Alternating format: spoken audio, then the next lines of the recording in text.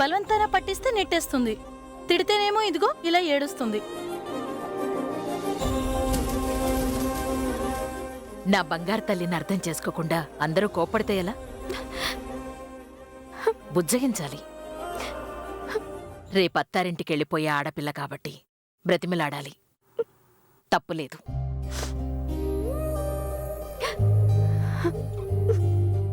ఏమ్మా, నీకు వల్లి కావాలన్నావు. అది వెళ్ళి తీసుకొచ్చే వస్తువు కాదు. ఊరెళ్ళిన నీ ఫ్రెండు తప్పకుండా తిరిగొస్తుంది. రేపు కూడా రాలేదంటే నిశ్చితార్థాన్ని 2 రోజులు వాయిదా వేస్తాం. అత్తయ్య, మరేం పర్వాలేదు. మనమేం పెళ్లికి నిశ్చయించిన బ్రహ్మముహూర్తాన్ని మార్చట్లేదు గాయత్రి. నిశ్చితార్థం చేస్తే బావుంటుంది అన్న ముహూర్తమే కదా. 2 రోజులు వాయిదా వేద్దాం. ఆ అవసరం లేదత్తయ్య. అవునానమ్మా, అనుకున్న టైంకే నిశ్చితార్థం జరుగుతుంది. ఎందుకంటే త్రిపుర కావాలనుకున్న వాళ్ళు వచ్చారు. వళ్ళీ అన్నావుగా, వెళ్ళి తీసుకొచ్చాం. వచ్చేసారా? అవును, బయటున్నారు. వెళ్ళు.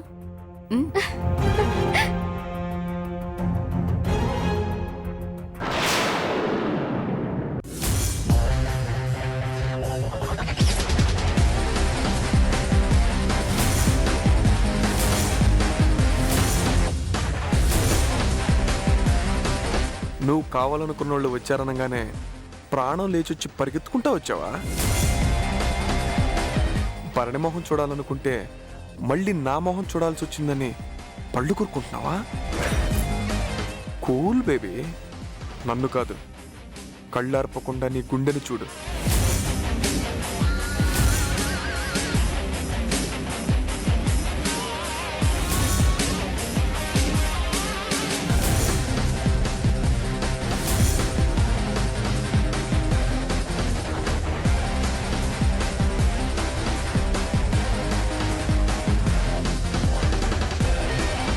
చూడు,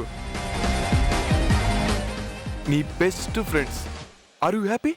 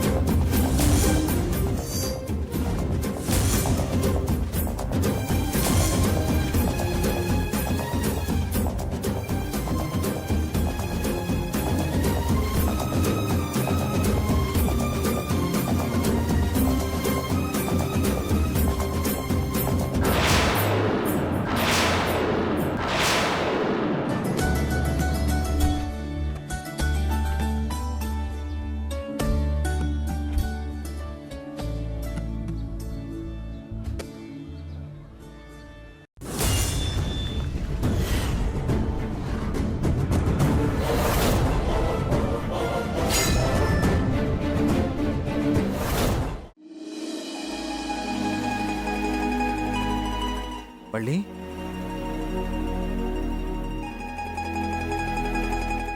నిన్ను నిజం చెప్పమని అడిగితే అవమానించినట్టు అవుతుంది. కానీ జరుగుతున్న విషయాన్నైతే ఒప్పుకోవాలి. మీరు దేని గురించి మాట్లాడుతున్నారు? ఇద్దరి మధ్యలో నలుగుతున్న ప్రేమ గురించి. మురుగా, అన్నా టిప్పుల మధ్య ఉండే ప్రేమ గురించి నిలదీస్తున్నారా? ఇప్పుడేం చెప్పను? నువ్వేం చెప్పకపోయినా నాకు అర్థమవుతుంది వళ్ళీ. ఇక్కడే ఉంటే నిశ్చితార్థంలో ఎవరైనా చూస్తారేమో, ఏం గొడవలు అవుతాయో అనుకుని భరణిని తీసుకుని వెళ్ళావు కదా. క్షమించాలి పెరియ బాబు, మా అన్న పరీక్ష అని అబద్ధం చెప్పాడు. పర్వాలేదు, ఏ పరీక్ష అయినా బాగుపడ్డానికే. కానీ ప్రేమ పరీక్ష మాత్రం జీవితాంతం ఇద్దరు కలిసి ఉండడానికే. అది నువ్వు అర్థం చేసుకోవాలి. కానీ పెద్దవాళ్ళు ఒప్పుకోరు పెరియ బాబు.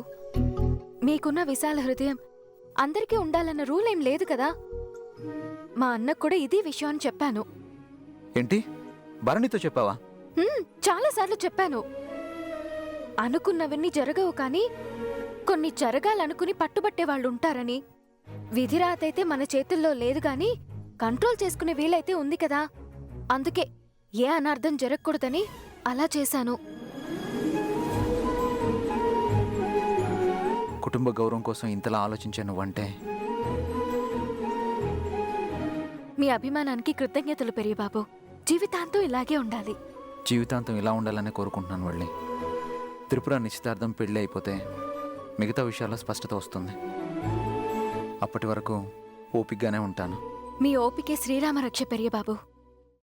రొంబ థ్యాంక్స్.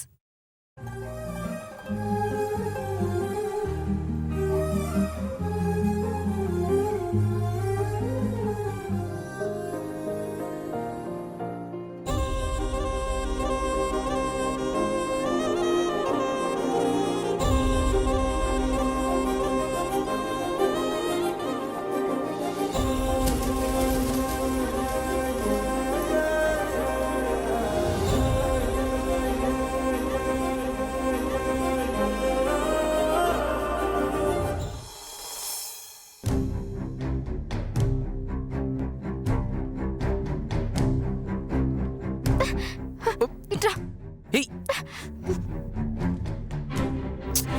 త్రిపుర త్రిపుర ఏంటిది? ఏం చేస్తున్నా? అదే నేను అడుగుతున్నాను. నువ్వేం చేస్తున్నావు నీకు తెలుస్తుందా? అంత పరాయిదానైపోయానా? నన్ను చూస్తే నీకు జాలి కూడా వేయట్లేదా? అరే, నీ చెల్లెకున్న సానుభూతి కూడా నీకు లేదా? నీకోసం 2 రోజుల నుంచి ఏడుస్తూ ఉన్నాను.